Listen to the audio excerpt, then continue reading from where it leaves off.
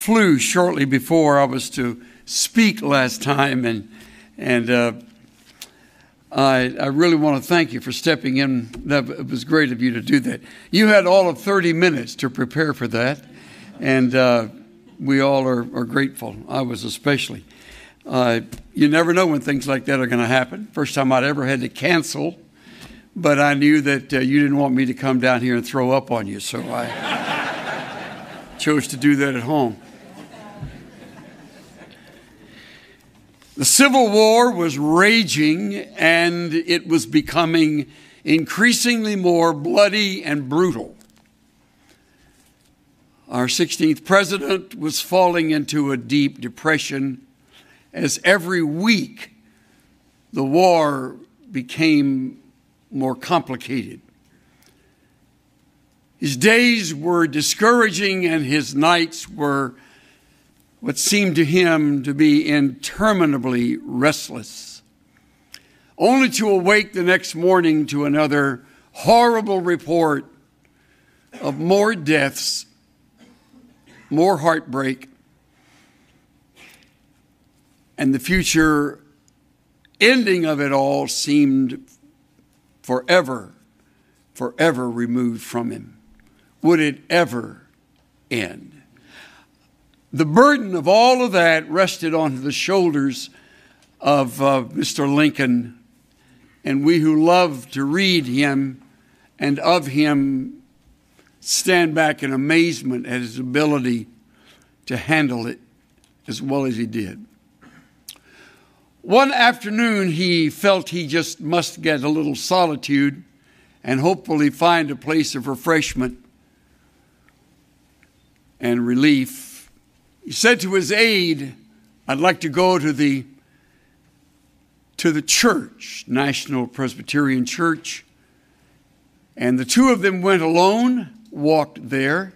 That was in the days when presidents could walk freely in the capital city. And night had fallen. They slipped into a side door to an unlit room so as not to call attention to his presence and disturb the meeting.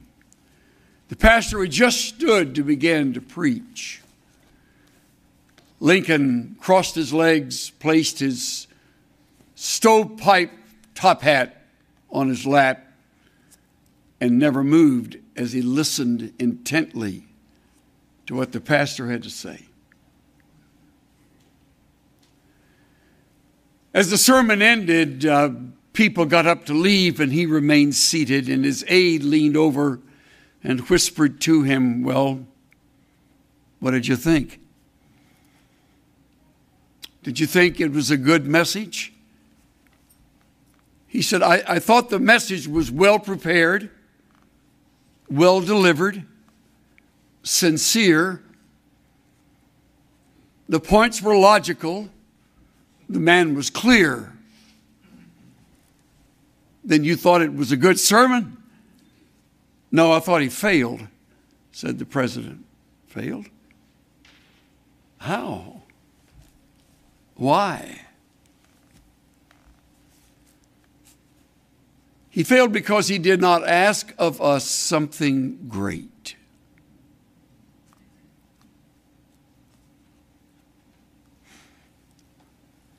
I've thought about that story, and I've thought about that fact on many occasions. I thought about it this morning on my way in to the seminary.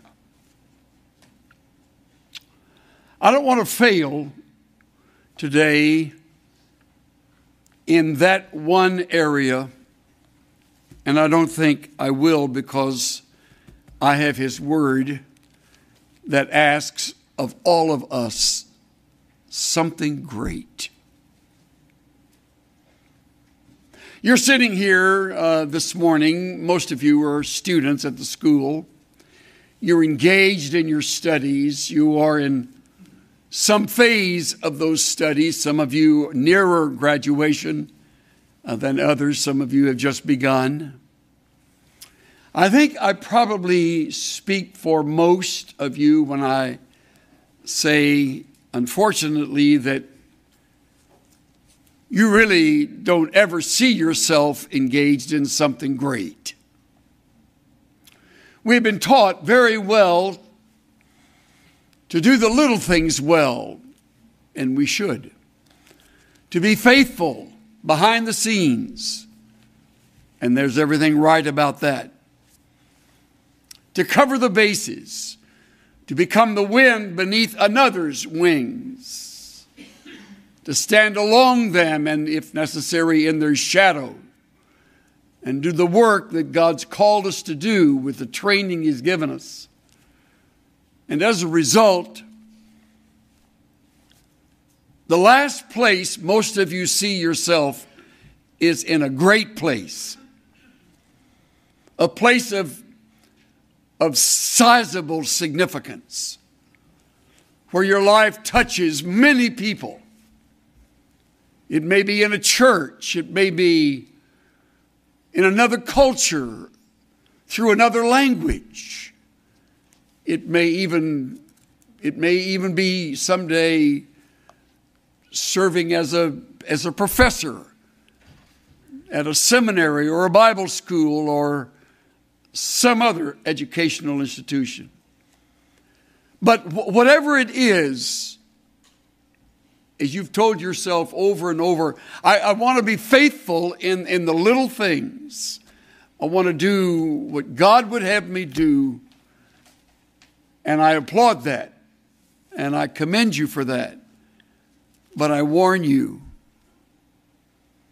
you may have forgotten, though I don't plan to speak on it, that the prayer of Jabez was a prayer filled with faith. Do something great through me, God. And as he asked that, he asked it with humility, not to make a name for himself or a place where they'd remember him, but he just prayed that he would be able to live above and beyond what had been his life in the past, what seems to have been somewhat broken.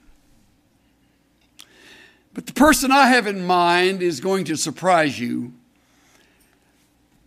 because he never, ever at this time in his life thought he would ever be in a place of greatness where God would do something great through him. It's an 80-year-old Bedouin under the burning sun of the Median desert in the shadow of Sinai. And there Moses stands alongside his sheep. Really not even his own sheep, but his father-in-law's sheep. For 40 years he has worked for his father-in-law Jethro. For 40 years he has led the sheep in the wilderness. He's 80. I almost know how he felt. I almost know. This year in October, I will know a little more how he felt. But he saw himself as finished.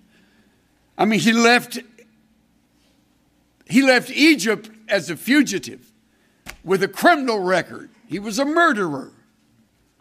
Took things in his own hands, attempted to rescue the people from their bondage, and murdered an Egyptian, remember, and hid him in the sand, and they were out for him, and he fled and wound up far as away as he could get, where he ultimately met and married his wife and settled in for a life to be forgotten. I don't know where you are in your own brokenness, but we all know something of those feelings. You've made a mess of some things. Your past is maybe checkered. Perhaps you're not the brightest bulb in the room, and you're surrounded by others who are very, very capable academically. I know that feeling. I was accepted at seminary on probation, and that was with reluctance. And I remember while here, and and serving one of my first tasks here, I became the lawn man, and I mowed the grass and planted the flowers, and that's how I got to know the president. By the way, I didn't know this was his favorite hymn, but Dr. Walford loved flowers. And I thought, shoot, I'm planting a lot of those suckers around here. And I did. Amazingly, they lived. So he finally, I think, one hot summer afternoon said, you're a student here. And I said, yes, sir, I am. What's your name? And I told him. And he said, well, I'm John Walford, as if I didn't know. You know, the world knows you. But I was a nobody who came from nothing, raised in El Campo, Texas. You'll spend a while trying to find it. It's tucked away down there in South Texas. And here I was, a student. Never in my life ever did I think there would be much that would come as a result of my studies here. Whatever God planned was fine with me. Whatever it was grace.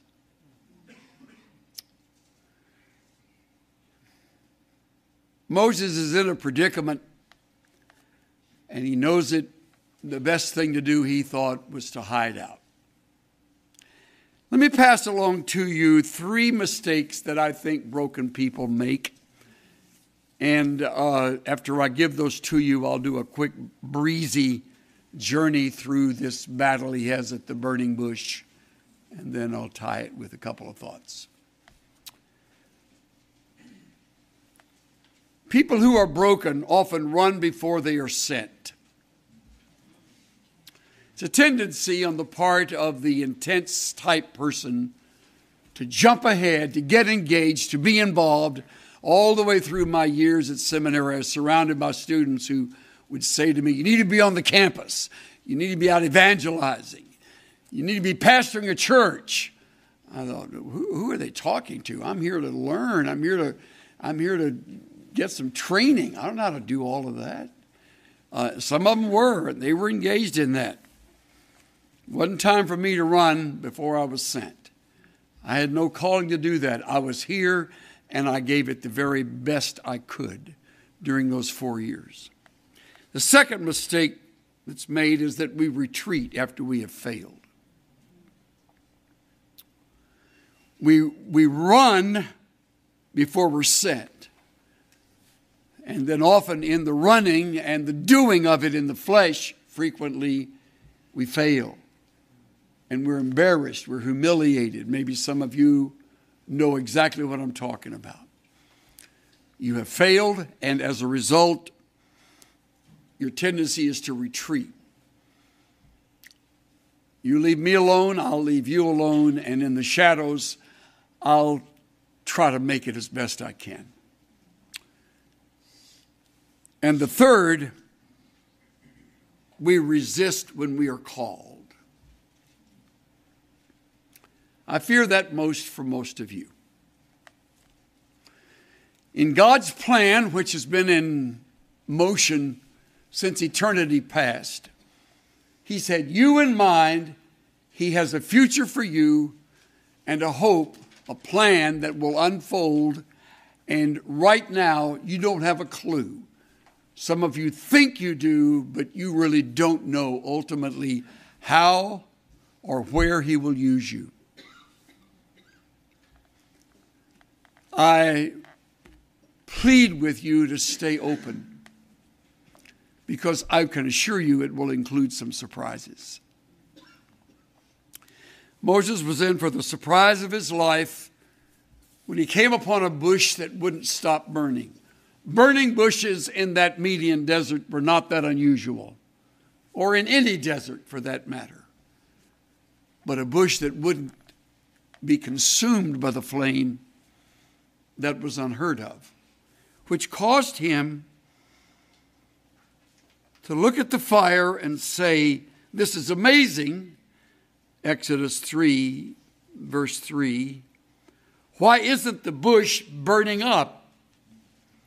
I must go see it. Now you understand, he's never read Exodus 3. So he does not know that God is in the bush.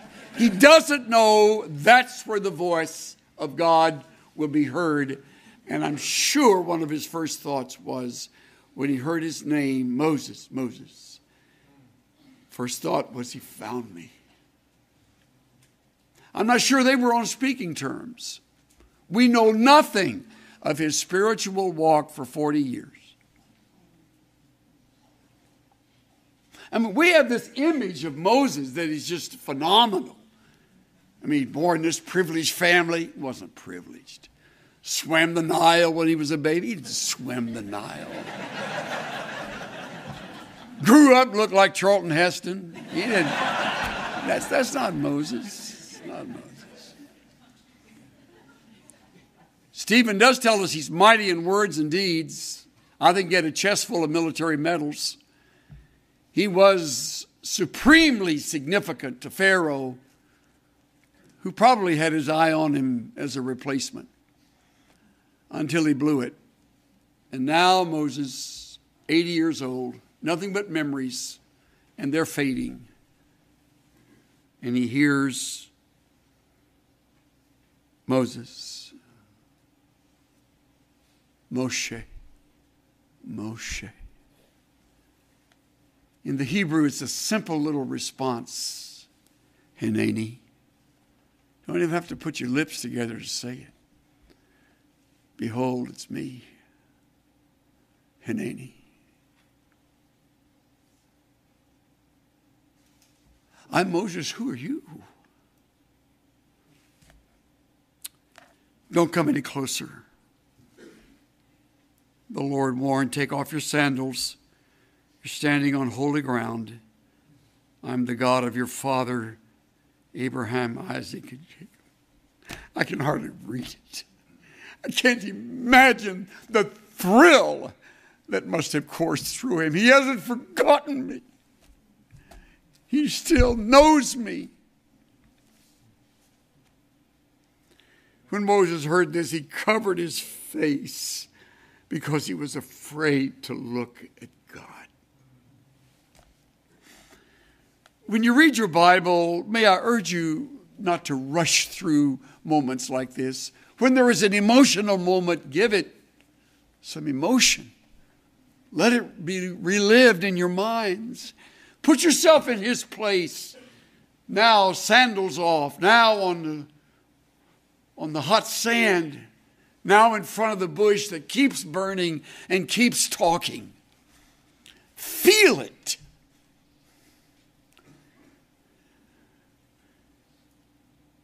He covered his face because he was afraid to look at God. And the Lord asks of him something great.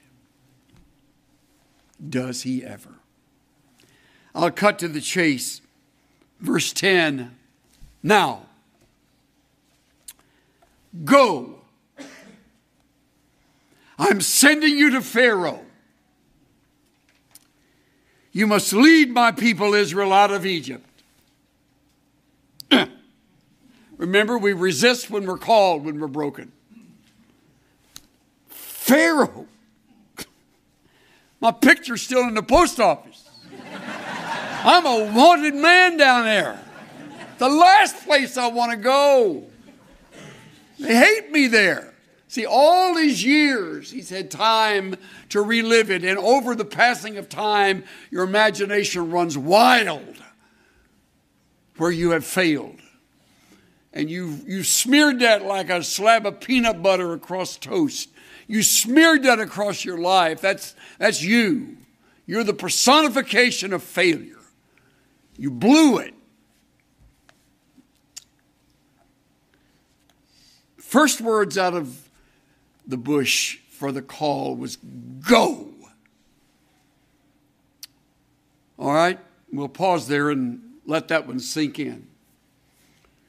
Whenever the Lord uses you in any measure for whatever purpose, you go from here to there, unless his call is that you remain right here for further study. And you're going, oh man, that's the last thing. Well, hang on. You may be the PhD student of the future. And you'll be the most surprised. Because some of you are thinking, PhD? Just let me get out with whatever. I am not coming back. Don't say not doing that. Half of these guys would say the same thing. Who knows but what his plan is for you to be in front of a class and to shape the lives of those who will be going where you will never go. What a calling. But that's their calling. That may not be yours, but it'll be going somewhere. Going where? Away from the familiar, which is what makes something great so difficult. Forgive the frequent personal illustrations. I just don't know anybody else better than I know myself. I will tell you, every calling I've had has been surprising. Every one I said no to begin with. Every single one, sometimes several times. I was graduating the seminary. I had offers to go to different places. And of all people, Dr. Pentecost asked me to be his assistant. First response was, me? And then it was, no, what? He said, think about it. I'd like you to think about that. So I did that for a while. And in the middle of that, the Lord had another plan for us. It was to go to New England. Who in his right mind is going to leave Texas to go to New England? I know if you're from New England, you're offended by that. Get over it. So I go, and I'm the most surprised guy in New England. I told him, no, that's not for me. That's not where I ought to be. New England's not only a geography, it's a way of life, which I never really got. So I wasn't there very long. I would call it pretty much a failure. But it wasn't a mistake. I just had to learn what it meant to fail. And I did. I don't think all of them there that were in that church would say I failed, but it wasn't the kind of place that, exciting, from one day to the next. It snows there. It's starting to snow here a lot. What's the matter with that? Anyway, to my surprise, the Lord tapped me on the shoulder and said, I want you back in Texas. And I said, no, I'm not going back there. I've been there all my life, and you need to go back there. No. So my wife heard, okay, Lord, I got it.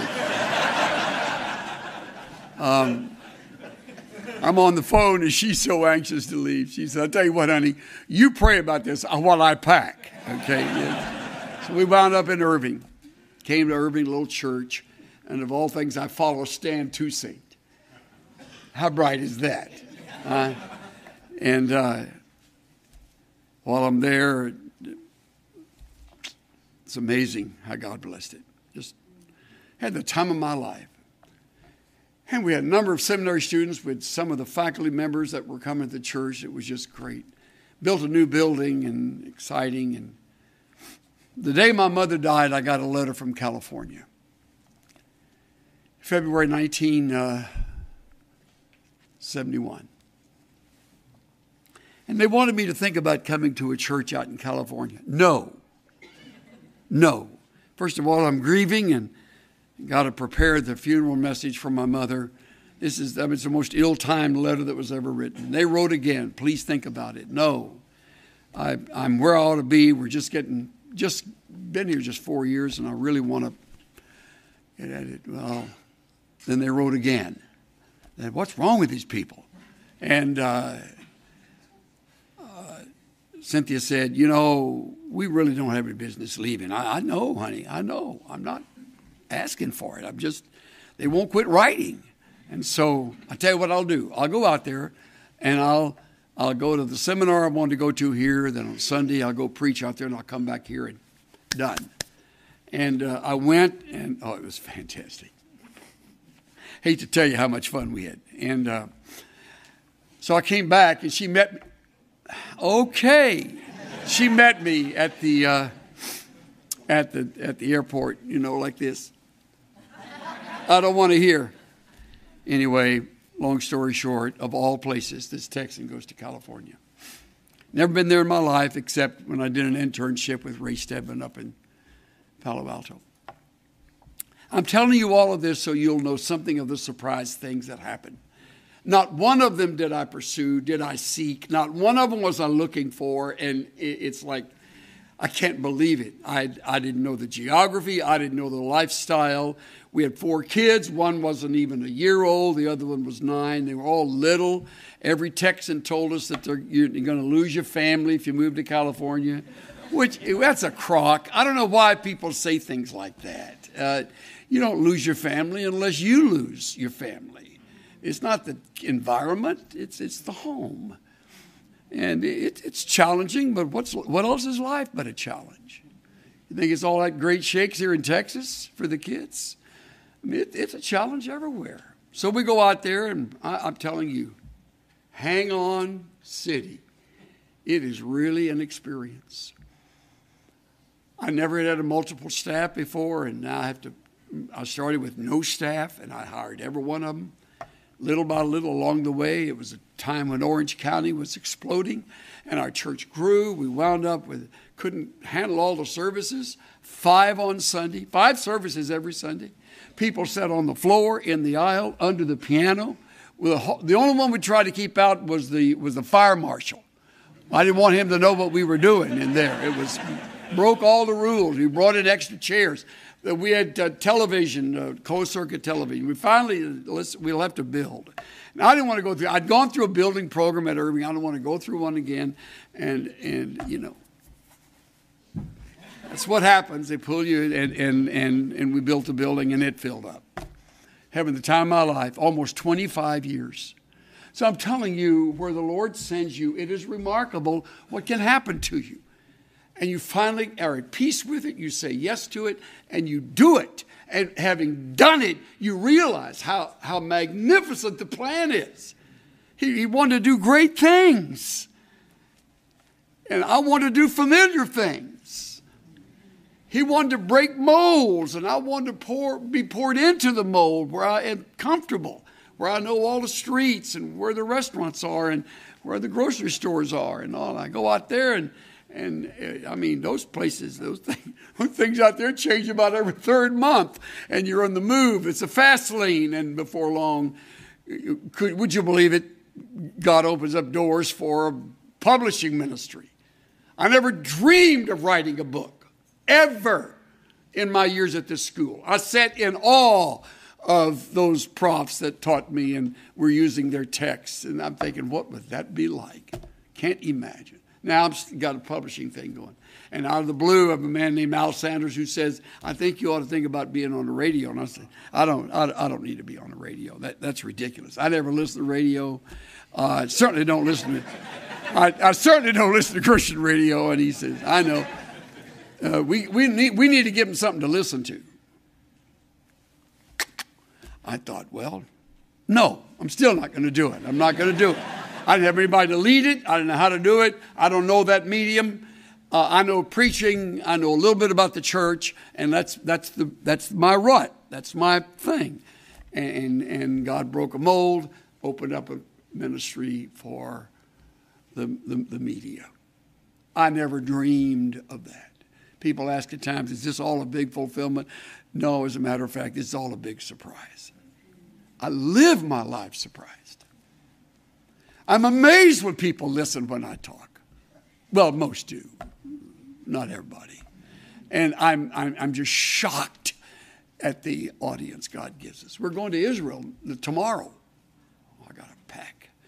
I forgot that. Anyway, I'll have it. 820 people, 18 buses, all aboard. Get on. Let's go. I had never been to Israel until I came to Dallas Seminary, and then I suddenly realized what I've been missing. Now I have a chance to lead a tour every other year. What a privilege that is. Listen to me. They got their Bibles and they're looking at the places and they're thinking about how great this is. And we're on the Sea of Galilee, my favorite spot. You know why I like it? They can't build a church on it. I like it.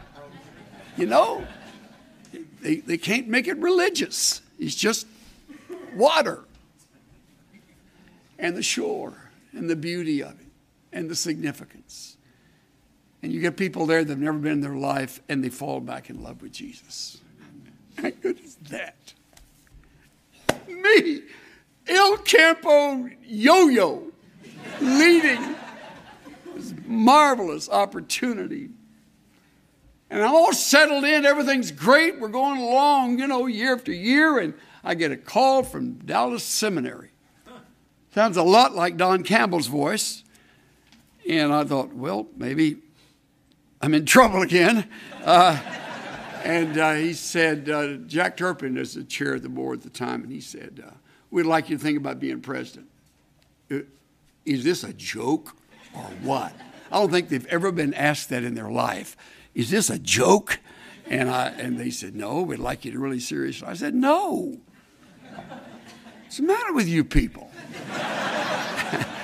The first time I was there, I was on probation. You ought to see what it'd be like if I became president. And they would not give up. And then Jack had the audacity to say, would you pray? Yeah, I'll pray. My wife is saying, I think it's a good idea. I'm thinking, whose side are you on? That's not how this works. You think it's all spiritual and incredibly life-changing and all that. And whoa, angels drift around on. It isn't it. So whose side are you on? Well, I'm trying to listen to God. Well, you're out of luck. I'm not the one who did. And she's right. It drives me crazy. So I wind up here, and I realize when I'm here, they didn't need another scholar. Certainly didn't get one with me. What they needed was a shepherd. Somebody to tell these people, I love you. You're valuable. And somebody who understands a student who can hardly keep up, stumbles over the languages and tries your best to keep on a level plane. I understand that. You want to quit. I understand. Your wife gets sick. I understand that. Or your husband. We lost a baby here.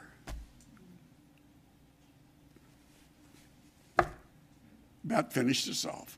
I understand that. So I come as a shepherd, and I have a chance to be with some people of whom the world is not worthy. Now I realize that's what God had in mind. And one of my favorite stories is when I finally had finished my calling here, and we were in a church out in the little town of Frisco. I used to hunt dove in Frisco. It's a dump, back when I was here before. And now it's like, whoa. It's just growing like topsy. And we got a church right in the nerve center of all of that. And I'm thinking, God has a great sense of humor. Here I am in the middle of this growing church. I've never started a church in my life. No. But it was yes. So learn from me. Stop saying no. Stop looking at the obstacles. Stop thinking, not me.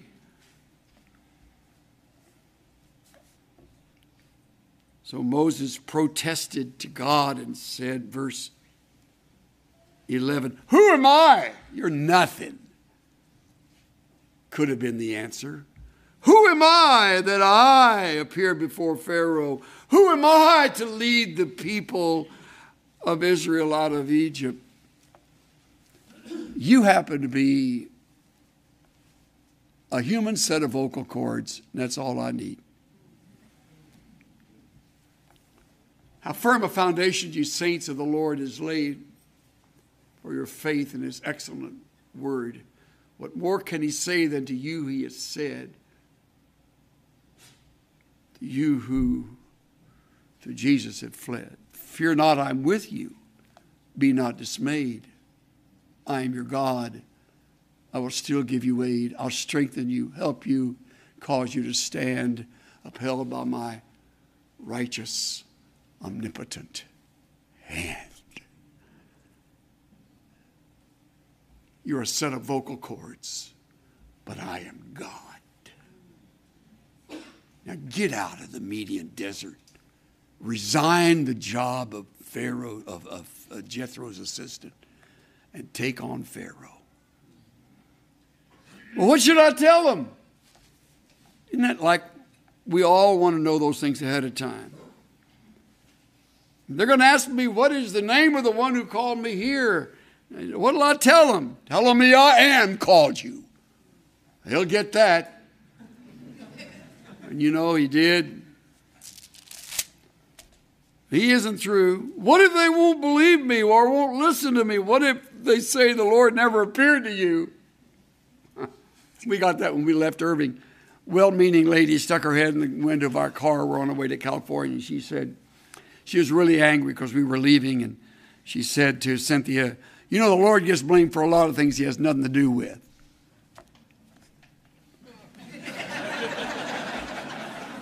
So I won't tell you my first Marine Corps response in the car. I just said to Cynthia, roll the window up.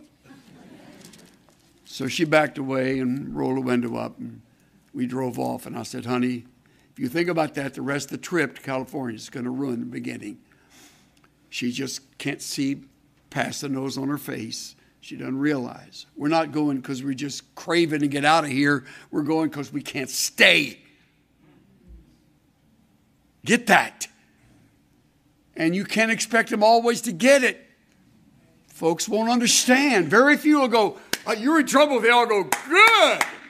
Get out. This is great. They will want you to stay if you've done what you should have been doing. But God doesn't wait for you to finish everything he starts. What if, what if, what if? And finally, Lord, I'm not very good with words. I never have been, and that's where his memory failed him, because he was mighty in words and deeds when he was 40. But when you follow sheep for 40 years, it's down to bleh, bleh. Your vocabulary tends to. I'm not very good with words, and then he said, Lord, please send anyone else. Man, I've prayed that. I've said that. Lord, just send anybody else. I don't want to do that. I'm not calling you because you want to do it. I'm calling you because I want you to do it. Would you please say yes? I'm asking of you something great. You know what most folks don't read? They don't read the end of chapter 4. Think about how Moses felt when this happened. Listen, Moses and Aaron returned to Egypt, called all the elders of Israel together. Aaron told them everything the Lord had told Moses. Moses performed the miraculous signs as they watched. Now listen, then the people of Israel were convinced the Lord had sent Moses and Aaron. Look at that. The people were convinced.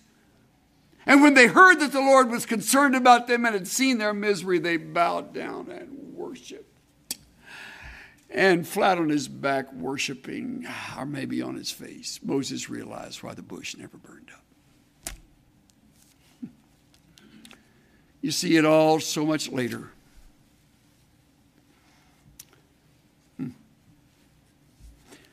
I'm asking of you something great. This message is not going to be a failure. I'm asking you to think yes. I'm asking you to be available.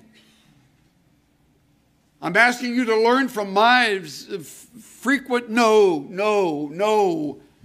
There's a wrong response when the Lord is on the other end of that phone call. Or when he brings before you something that you hadn't planned on. You're not in charge of your life. We're not our own. We're bought with a price. We're vessels to be filled.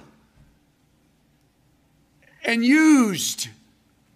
So get out of the way. Say yes.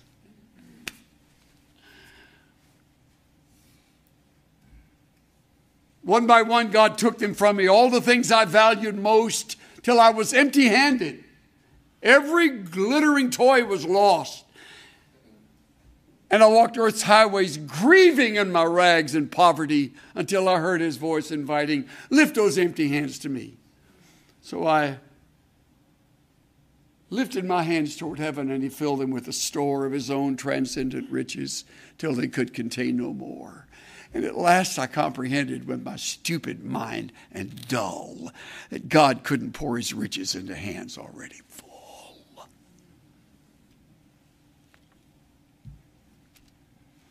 Get just enough training to be effective, then get out of the way. Empty the hands. Open the mind. Think yes. He's going to use some of you in greater ways than you nor I together could ever imagine. It's coming.